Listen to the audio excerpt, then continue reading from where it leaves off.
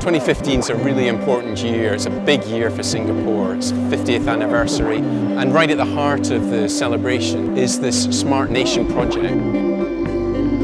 Our vision is that the Smart Nation is for everyone. Our vision is to realise a truly participatory society. And it's very, very exciting that a British company, FutureEverything from Manchester, should be at the heart of that project, delivering this week of activities which is embracing the people of Singapore and engaging them in Singapore's future. To bridge communities, to bridge the worlds of culture, art, society, technology, government, industry.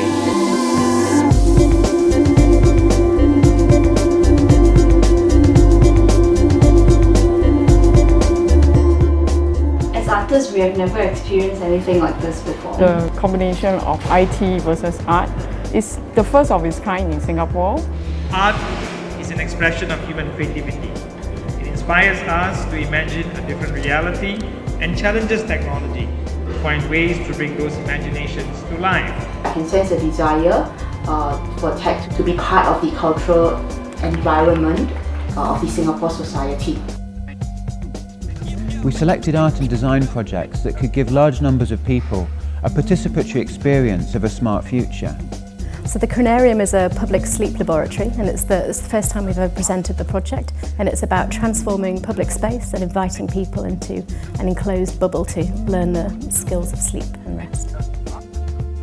It went down incredibly well. It was packed the whole week, and we had people really interested in the way that technology and sleep science, as well as even some meditative processes, were used in the installation. Have been really, really well received. In another playful art commission, Hello Lamppost, people could chat using text messaging with street furniture, objects and landmarks all across Singapore that seemingly came to life.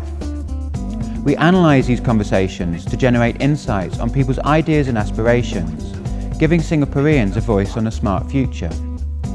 To signpost principles for data governance, this was opt-in. Data was anonymised and deleted after the study. We also need to think about a values-based approach to a smart nation and to integrate ideas that arts and culture are very familiar with, empathy, emotion, into our whole definition of a smart nation. The conversations that have started at FutureEverything will continue in Singapore beyond the festival. But we need to continue to encourage and foster the creativity and the art.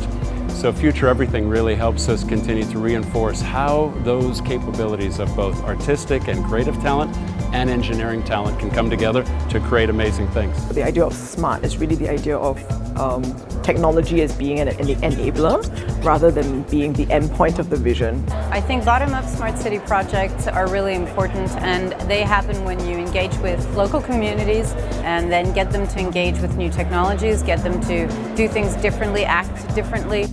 In the Signals of Tomorrow Innovation Lab, 50 designers, artists, technologists and urbanists collaborated over the festival week at the National Design Centre to create new innovations addressing societal challenges in Singapore that were then showcased at Art Science Museum.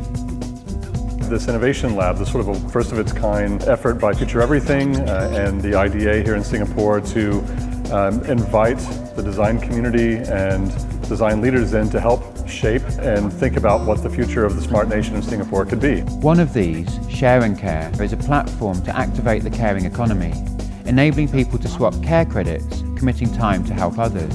It was very exciting to work with different people from different sectors, technologists, artists, curators, to think about the future, and not in a linear way, but in an exponential way. Citizen involvement is important in a very, very experimental way to allow us to create beta platforms and prototypes. But what we really need is multiple experiments going on at the same time. Heard about FutureEverything and how it's happening in Singapore. This conference really piqued my interest to hear about how technology is going to improve our lives in the future, and how do we use technology to, help society work better and live better, Drew just whispered to me that actually this FutureEverything project is actually a Trojan horse. He's actually a subversive who's trying to change the world and change society. And what he told me, and I think it's worth repeating, If you live in a world in which citizens are just meant to be passive consumers, all you can do, if you're not satisfied, is to complain. And if you are angry enough, sometimes revolutions get started. If we can create a society of hackers, makers, creatives, don't wait. Make it, create it, test it. Use us as a living lab of the future. That Singapore is the ideal place to make the future of everything.